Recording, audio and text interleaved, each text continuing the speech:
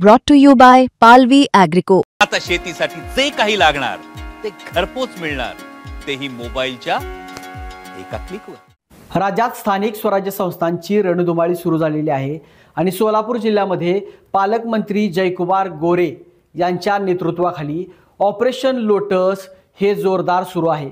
कालच दिग्गज मंत्र्यांच्या उपस्थितीमध्ये पाणीवमध्ये काँग्रेसचे ज्येष्ठ नेते प्रकाश पाटील यांचा प्रवेश झाला।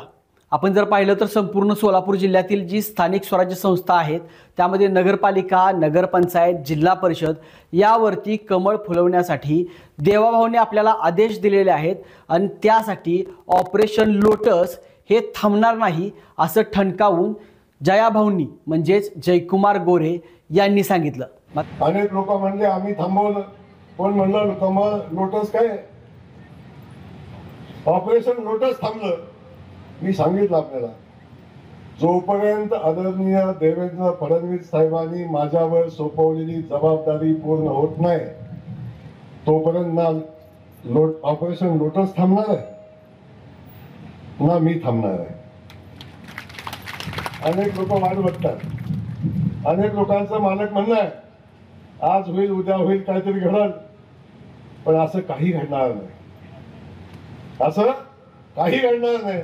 कारण माझ्यावर जबाबदारी दिलेली आहे, मी सार्वजनिक कधी सांगितली नाही, पण मी आपल्याला एवढंच सांगतो ती जबाबदारी पूर्ण झाल्याशिवाय मी जाणार नाही। मात्र आपण जर पंढरपूर नगरपालिकेमध्ये जर पाहिलं तर देवाभाऊंचे जे लाडके राष्ट्रवादीचे जे आमदार आहेत अभिजित पाटील यांनीच जयाभाऊच्या या ऑपरेशन लोटसला ब्रेक लावण्यासाठी मोड बांधायला सुरुवात केली आहे। नक्की पंढरपूर नगरपालिकेच्या निवडणुकीमध्ये काय घडामोडी घडतायत तेच आपण या व्हिडिओमध्ये पाहणार आहोत। नमस्कार, मी नितीन, तुम्ही पाहत आहात मुंबई तक। आपण जर पाहिलं तर पंढरपूर नगरपालिका गेल्या 40 वर्षांपासून या नगरपालिकेवरती परिचारक गटाचं वर्चस्व होतं। त्यामध्ये 2.5 वर्षाचा जर कालावधी सोडला तर परिचारक गटाचं वर्चस्व होतं आणि ही नगरपालिका भारतीय जनता पार्टीकडे पाठीमागच्या काळामध्ये होती।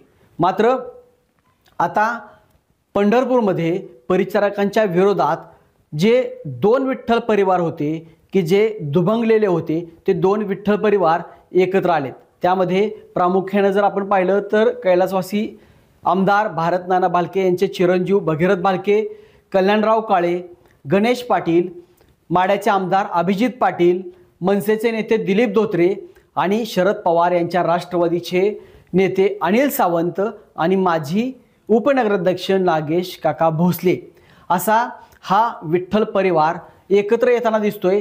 यामध्ये नागेश काका भोसले आहेत आणि भालके यामध्ये नगराध्यक्ष पदाच्या उमेदवारीवरून अद्यापही त्यांचा उमेदवार ठरलेला नाही आणि त्यांच्या वाटाघाटी सुरू आहेत।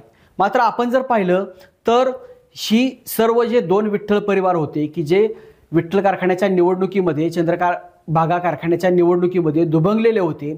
पाठीमागच्या विधानसभेच्या निवडणुकीमध्ये आपण पाहिले की राज्यामध्ये महाविकास आघाडी असताना भगीरथ भालके यांनी काँग्रेसचा एबी फॉर्म आणला होता। त्या ठिकाणी राष्ट्रवादीने देखील त्यांना एबी फॉर्म देतो असं सांगितलं होतं। मात्र त्यातून त्यांनी काँग्रेसमधून उभा राहणं पसंत केलं आणि ऐन टायमाला अनिल सावंत की जे माझ्या आरोग्यमंत्री तानाजी सावंत यांचे पुतणे आहेत त्यांना राष्ट्रवादीमध्ये प्रवेश देण्यात आला आणि त्यांना राष्ट्रवादीची उमेदवारी दिली आणि यातच भगीरथ भालके यांचा घात झाला आणि त्यांचा त्या ठिकाणी पराभव झाला आणि भारतीय जनता पार्टीचा उमेदवार निवडून आला। हे सर्व घटना होत्या की ज्यामुळे विठ्ठल परिवार हा दुभंगलेला होता। मात्र नुकतंच पंढरपूर नगरपालिकेचा जो नगराध्यक्ष पदाचा जो उमेदवार आहे तो सर्वसाधारण महिला घोषित झाला आणि पंढरपूरच्या राजकारणातील जे काही चित्र होतं ते बदललं की जे अनेक उमेदवार होते की जे नगराध्यक्ष पदाच्या रेसमध्ये होते त्यांना थांबावं लागलं आणि नवीन महिलांचे चेहरे समोर आले। त्यामध्ये परिचारक गटाकडून वैशालीताई वाळुजकरांचं नाव समोर होतं, स्मिताताई आदटराव आहेत, त्याचबरोबर जे माजी नगराध्यक्ष लक्ष्मणभाऊ शिरसट आहेत त्यांच्या पत्नी आहेत यांचं देखील नाव पुढे येते। अशी नावं असताना महाविकास आघाडीकडून किंवा जो विठ्ठल परिवार आहे त्याकडून भगीरथ भालके यांच्या मिसेस डॉक्टर प्रणिताताई भालके यांचं नाव पुढे आलं आणि तेव्हापासून राजकीय गणितं बदलायला सुरुवात झाली। त्यामध्ये अभिजित पाटील सुरुवातीपासूनच त्यांनी परिचारकांच्या विरोधात दंड थोपटलेले होते आणि त्यांनी पॅनलची जुळवाजुळव करायला सुरू केली होती. मात्र महिला उमेदवार घोषित झाला आणि तगडा महिला उमेदवार म्हणून पंढरपूरमध्ये प्रणिता भालके यांच्याकडे बघितलं जाते. त्यामुळं 2 विठ्ठल परिवार एकत्र करून आपल्याला नगरपालिकेची सत्ता हस्तगत करता येईल अशा पद्धतीची व्यूहरचना ही या 2 विठ्ठल परिवारांनी केली. आणि यामध्ये काल कल्याणराव काळे आणि अभिजित पाटील की जे पाठीमागच्या निवडणुकीमध्ये दुरावले होते, एकमेकांवरती त्यांनी टोकाची टीका केली होती, भगीरथ भालके असतील, हे सर्व एकत्र आले आणि त्यांनी एक बैठक घेतली आणि 2 विठ्ठल परिवार एकत्र आलेत असा संदेश दिला. आता जर आपण पाहिलं पंढरपूरचं राजकारण तर या ठिकाणी पक्षाचं राजकारण आत्तापर्यंत चाललेलं नाही. या ठिकाणी गटातटाचं राजकारण, परिवाराचं राजकारण चालतं. त्यामध्ये विठ्ठल परिवार विरुद्ध पांडुरंग परिवार की जो पांडुरंग परिवार परिचारक यांचा आहे आणि पंढरपूरमध्ये परिचारकांच्या विरोधात जो गट आहे हा जवळपास 50%चा आहे. आपण विधानसभेच्या निवडणुकीला जरी पाहिलं तर या ठिकाणच्या महायुतीच्या जे उमेदवार होते समाधान आवताडे त्यांना 3-3.5 हजारांचं लीड मिळालं. त्यामुळं घासून ही निवडणूक होणार आहे आणि त्यातच हे परिवार एकत्र आल्यामुळं महायुतीच्या उमेदवाराला या ठिकाणी धोका निर्माण होण्याची शक्यता आहे. त्यामुळं आपण जर पाहिलं तर सोलापूर जिल्ह्यामध्ये पंढरपूर नगरपालिका ही भारतीय जनता पार्टीचं नाक असणार आहे. भविष्यात या ठिकाणी कॉरिडॉरचा प्रकल्प आहे की जो प्रकल्प प्रधानमंत्री नरेंद्र मोदी आणि मुख्यमंत्री देवेंद्र फडणवीस यांचा महत्त्वाकांक्षी प्रकल्प आहे आणि या नगरपालिकेवरती कसल्याही परिस्थितीत कमळ फुलवलं पाहिजे अशा पद्धतीच्या सूचना आहेत. असं असताना अभिजित पाटील यांनी ही मोड बांधलेली आहे आणि ही मोड नक्कीच या ठिकाणी जे ऑपरेशन लोटस सुरू आहे त्याला ब्रेक लावताना दिसते. आपण जर पाहिलं तर अभिजित पाटील यांना भारतीय जनता पार्टीनं वेळोवेळी मदत केलेली आहे आणि मुख्यमंत्र्यांचे ते लाडके आहेत, त्यांच्यावरती मुख्यमंत्र्यांचा आशीर्वाद आहे. असं आपण पाहिलं की परवाच कार्तिक वारी झाली त्यावेळेस प्रवीण दरेकर भाजपचे नेते आमदार ते आले होते आणि त्यांनी 12 मिनिटाच्या भाषणामध्ये अभिजित पाटलांचं तोंड भरून कौतुक केलं आणि त्यामध्ये शेतकऱ्यांच्या हितासाठी अभिजित पाटलांनी ही भूमिका घेतली. कारखाना त्यांनी निवडून आणला, त्यानंतर ते आमदार देखील झाले आणि आम्ही निकष बाजूला सारवून मुंबई बँकेकडून त्यांना कर्ज दिलं आणि कशा पद्धतीनं बँक NPA मध्ये गेल्यामुळे त्यांना नोटीस दिली होती आणि ते देखील त्यांनी त्यावेळेस सांगितलं आणि हा विषय झाला. म्हणजे यातून दिसतंय की भारतीय जनता पार्टीनं अभिजित पाटलांना आत्तापर्यंत चांगल्या पद्धतीनं ताकद दिली आहे हे सर्वांनाच माहीत आहे. आपण जर पाहिलं तर लोकसभेच्या निवडणुकीला अभिजित पाटील हे महाविकास आघाडीकडून होते, शरद पवार यांच्या तुतारीकडून होते. मात्र कारखान्याच्या गोडाऊनला ज्यावेळेस कुलूप लागलं त्यावेळेस त्यांनी ऐन टायमाला एका रात्रीत पक्षातून भारतीय जनता पार्टीचे माजी खासदार रणजितसिंह नाईक निंबाळकर यांचा दुसऱ्याच दिवसापासून त्यांचा प्रचार करायला सुरुवात केली आणि तत्काळ त्यांनी त्या ठिकाणी त्यावेळेचे उपमुख्यमंत्री देवेंद्र फडणवीस यांना कारखान्यावरती बोलवून कारखान्यासाठी जवळपास 347 कोटी जे कर्जाचं जे पुनर्गठन होतं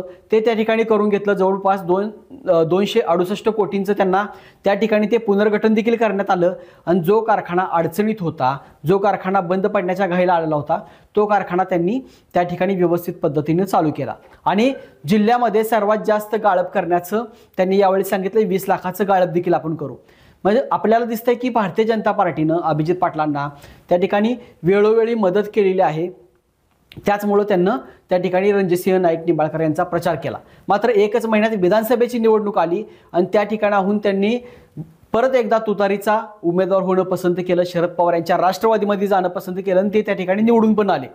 एवढं सगळं झालेलं असताना म्हणजे भारतीय जनता पार्टीतून मदत घेऊन परत ते राष्ट्रवादीमध्ये गेले तरी देखील भारतीय जनता पार्टीनं त्यांना या ठिकाणी अंतर दिलेलं नाही असंच दिसलं. कारण का गेल्याच महिन्यामध्ये श्रीपूरला जो कार्यक्रम झाला त्या कार्यक्रमाला अभिजित पाटलांना निमंत्रण होतं आणि मुख्यमंत्री देवेंद्र फडणवीस आणि अभिजित पाटील यांची जवळपास 1 मिनिटं चांगली चर्चा ही व्यासपीठावर झालेली दिसली आणि प्रवीण दरेकर यांनी परवाच 15-20 दिवसांपूर्वी अभिजित पाटलांचं तोंड भरून कौतुक केलं. त्यामुळं अभिजित पाटील हे भारतीय जनता पार्टीचे लाडके आमदार आहेत की जे राष्ट्रवादीचे आहेत. मात्र आता तेच अभिजित पाटील भारतीय जनता पार्टीचं जे मिशन लोटस आहे याला या ठिकाणी ब्रेक लावताना दिसत आहेत आणि नक्की आता येणाऱ्या काळामध्ये अभिजित पाटील यांनी ही जी मोड बांधलेली आहे या सर्व जो विठ्ठल परिवार एकत्र केलेला आहे याचं नेतृत्व ते शेवटपर्यंत करतायत का लोकसभेला ज्या पद्धतीनं त्यांनी जी भूमिका बदलली ते बदलतायत हे येणाऱ्या काळामध्ये समजेल. अशा पद्धतीच्या पंढरपूरमध्ये चर्चा देखील सुरू आहेत आणि नागेश काका भोसले असतील किंवा भगीरथ भालके यांच्यामध्ये समेट घडतोय का, त्यातून एकच उमेदवार दिला जातोय का, त्याचबरोबर परिचारक गटाचा नगराध्यक्ष पदाचा उमेदवार कोण असणार हे येणाऱ्या काळामध्ये समजेल. तुम्ही पंढरपूर नगरपालिकेचे अपडेट्स आपल्या मोबाईलवरती पाहण्यासाठी तुम्ही जर आमचं मुंबई तक चॅनल सबस्क्राईब केलं नसेल तर आजच सबस्क्राईब करा आणि तुम्हाला या व्हिडिओबद्दल आणि राजकीय घडामोडीबद्दल पंढरपूरच्या काय वाटतंय ते कमेंट करून सांगा. धन्यवाद.